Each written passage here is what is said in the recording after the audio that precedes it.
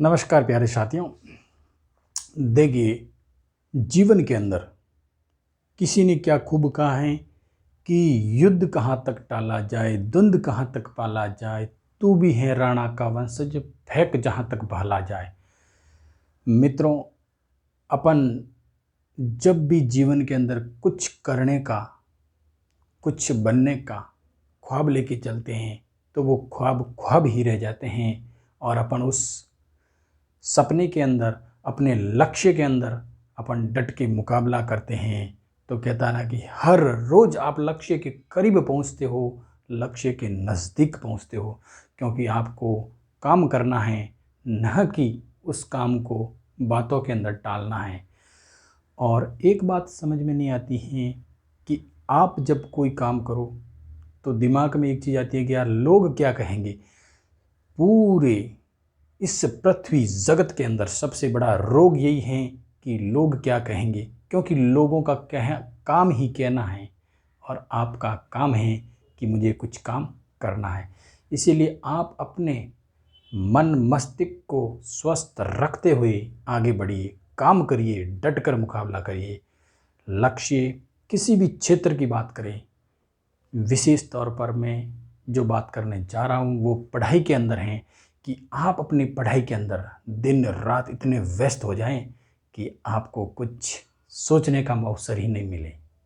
क्योंकि जब आपका दिमाग खाली रहेगा तभी तो किसी के बारे में सोच पाओगे, और नहीं तो आप अपने काम में बिजी रहोगे। तो किसी ने कहा है कि भाई जो खाली दिमाग होता है ना, वो शैतान का घर होता है, और अपने को शैतान का घर नहीं बनाना है, अपने को अपना काम करना है। दूसरी बात कि आप धीरे धीरे अपने काम को रफ्तार धार देते जाओगे तो उसके अंदर नवाचार आएगा, उसके अंदर इनोवेशन होगा। हम खुद की बात करें, मैं भी एक कंपटीशन की तैयारी करता हूँ। अभी मैं राजस्थान विश्वविद्यालय से भूगोल डिपार्टमेंट से शोध कार्य कर रहा हूँ, रिसर्च कर रहा हूँ। तो मित्रों, मैंने भी खूब एग्ज़ाम दिए, बार बार एग्ज़ाम देने पड़ेंगे आपको। कभी एग्ज़ाम में सफल होंगे तो कभी असफल भी हो सकते हैं। सफल और असफल का पैमाना इस बात से तय नहीं होगा कि आप हार मान के बैठ जाओ। हार तो मानने का नाम निशान नहीं होना चाहिए, क्योंकि आपके सपने के ऊपर कितने लोगों के अरमान टिके हुए होते हैं। आपके पूरे परिवार की नज़रें आपके ऊपर होती हैं कि आप पढ़ाई कर रहे हो।